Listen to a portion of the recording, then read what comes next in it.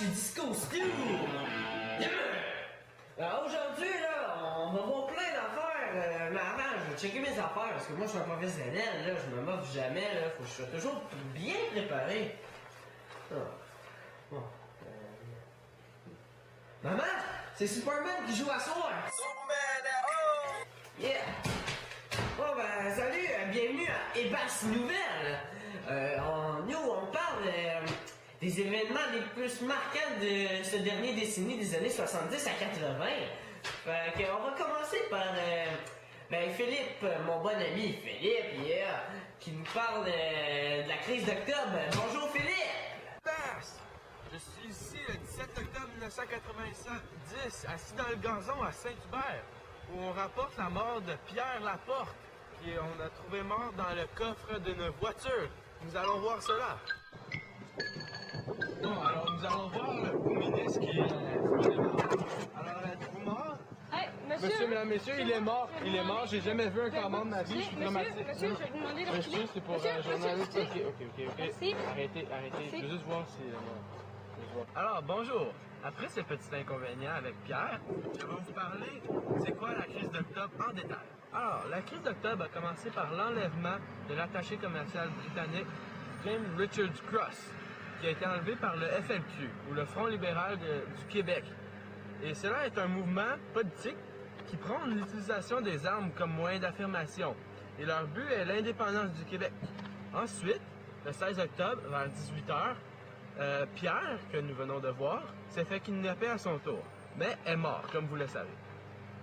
Aussi, 3 FLQistes qui ont enlevé James Cross ont demandé une rançon de 500 000 $ chaque et un avion pour l'exil à Cuba ou en Algérie. Et ils l'ont eu, et maintenant, ils sont à Cuba, où ils sont libres comme l'air. Merci, Sébastien. Ouais. Ah, merci Philippe! Il m'aime pas. Il m'aime pas. Il m'aime pas. Oh, de rien. Ah, merci Philippe! Non, mais, ouais, c'est plate, il est mort, là, mais. C'est chose du passé, ça! C'est vrai, ça fait genre, quoi, 2 semaines, là? Fini, là! Fini, là! Non, on parle d'autre chose maintenant!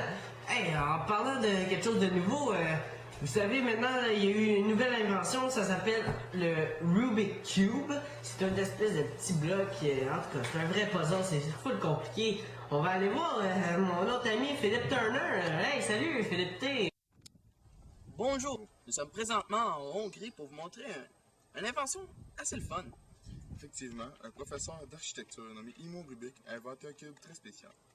Et ouais, ce cube, ou plutôt de son nom, le cube magique, est un puzzle assez complexe. On a réussi à s'en procurer un. Ça prend des semaines, mais on va voir ce que ça va donner. Hein. Et je l'ai réussi! Ah, toi, la ferme. Ça va être bientôt commercialisé mondialement, mais là, pour l'instant, c'est juste en Hongrie. Merci beaucoup, Philippe Turner. Samuel Pronovo, Radio-Canada. Merci. J'ai pas compris grand chose, là, gars, un Rubik Cube, là. Eh boy, j'ai déjà essayé, là. Je par la fenêtre, trop compliqué, il m'a trop frustré. Bon, mais là, on va parler d'autre chose. Là, on va aller voir mon ami, il doit être tanné d'écrire son nom. Charles-Olivier Desrochers-Baudet. Lui, il va nous parler de l'assurance maladie, là, c'est l'assurance, là, pour les malades qui ont des maladies, là, fait que, c'est ça.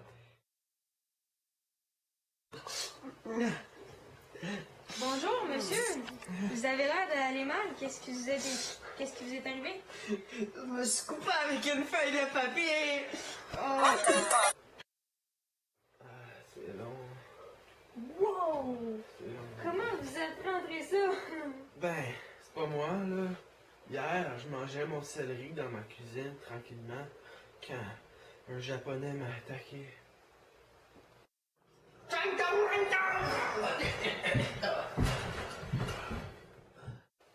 Ah, ok. Alors, j'imagine que t'attends ici pour te faire soigner. Ben oui, je suis à l'urgence, qu'est-ce que tu penses? Alors, ce que notre ami tente de dire, c'est que Sans l'assurance maladie, il serait pas capable de se payer les soins, donc il resterait avec un bâton de Naruto dans le corps. Moi, je vais vous parler de l'assurance maladie. L'assurance maladie est entrée en vigueur le 1er novembre 1970.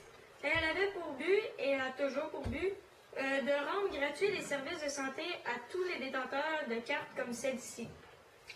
C'est votre carte? Merci beaucoup. C'est un peu pâle, je trouve. Elle a été créée par les ministres de la Santé et des Services, M. Claude Castonguay, avec l'aide du premier ministre du Québec, M. Robert Bourassa. Au début, en 1970, la carte était différente de celle-ci. Maintenant, elle a changé au beau petit coucher de soleil qu'on voit. Alors, merci. Puis, bye Bob, hein? J'ai hâte que le médecin y arrive. Bon, bonjour, vous. Arrête, Camille! Ah, merci, vous êtes bon, mais... Non! Oh, ce plat qui est mort, là. Ouais, c'est ça, là. On a vu bien les affaires, mais maintenant, on va parler de quelque chose de bien important. On va aller dans le bois, là, avec la rivière, là, la belle grosse rivière. Puis on va parler un peu du projet de la baie James qui a eu lieu dans notre beau temps. Bon, ben, on y va.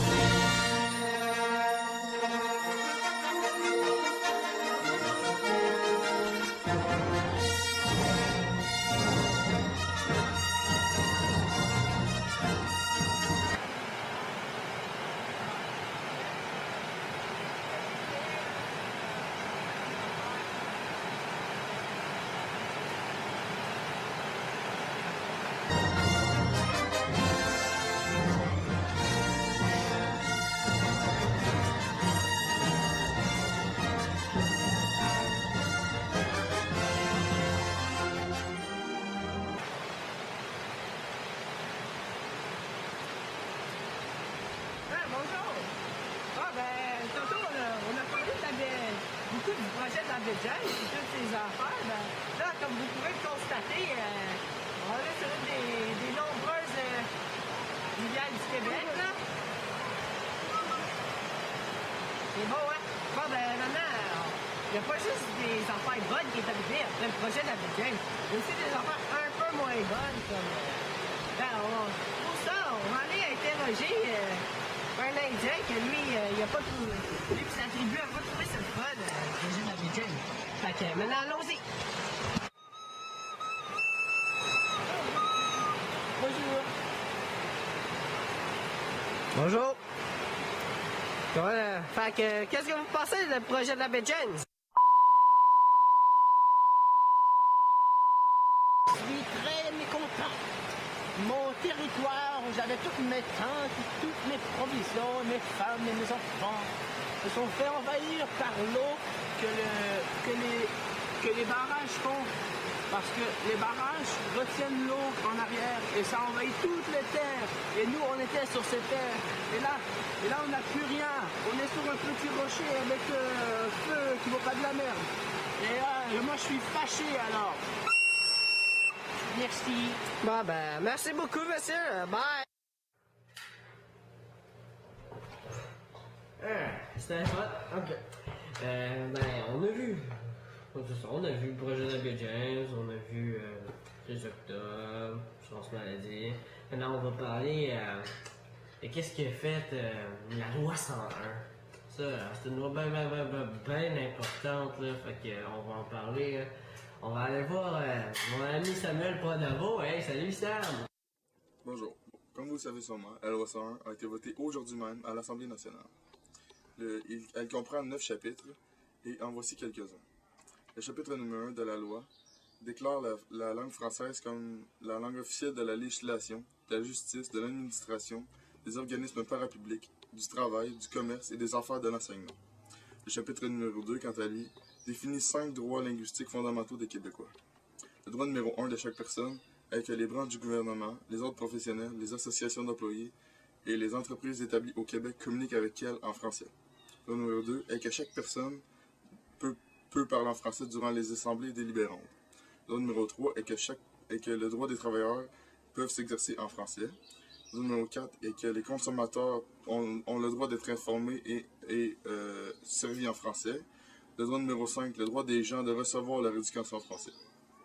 Le titre numéro 2, quant à lui, traite de l'officialisation linguistique, de la toponymie et de la francisation de l'administration civile et des entreprises. Alors, merci Sam pour la leçon 1, c'était très intéressant. Maintenant, on va parler de sport! Yeah! Philippe Turner, il va nous parler des Jeux olympiques. Moi, je suis très bon en sport. Je devrais être là-dedans. Mais je suis trop bon. Comme j'ai dit, je suis trop bon. Ok, c'est bon. T'es pas pourri! À toi, Philippe! Bonjour, ici Philippe Turner. Je suis ici pour vous présenter un événement assez spécial qui se passe à Montréal en ce moment. Les Jeux olympiques, ouais, on est au mois de juillet. Les Jeux olympiques d'été sont établis à Montréal pour cette année. Et en ce moment, c'est sûrement la cérémonie d'ouverture qui commence.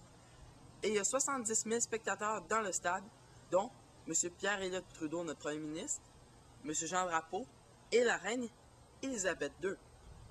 Ouais. Malheureusement, cette année, 28 pays d'Afrique ont décidé de ne pas se présenter, boycotter les Jeux, parce que la Nouvelle-Zélande aurait envoyé une équipe de rugby en Afrique du Sud, puis il n'aurait pas vraiment aimé ça. Il manque vraiment un grand événement. Ah, en plus de ça, le stade olympique en ce moment est même pas fini. Ouais, je vous dis, même pas fini. La tour est la moitié de la hauteur qui est censée être. Et le stade a quand même déjà coûté 3 fois le prix qu'il était censé, ce qui est 1 milliard de dollars, ce qui est une grosse somme d'argent. Très malheureux pour nous. Merci beaucoup, Philippe Turner. Moi là, mon cerveau il est plein. Fait que là, on va finir les nouvelles là. Les basses nouvelles, faut qu'il tire à sa fin. Je sais que c'est plate là, mais on se verra une autre fois là. Fait que c'est ça, ben. Je vous dis bye là, pis à tantôt là, moi j'ai un party, il y a plein de filles.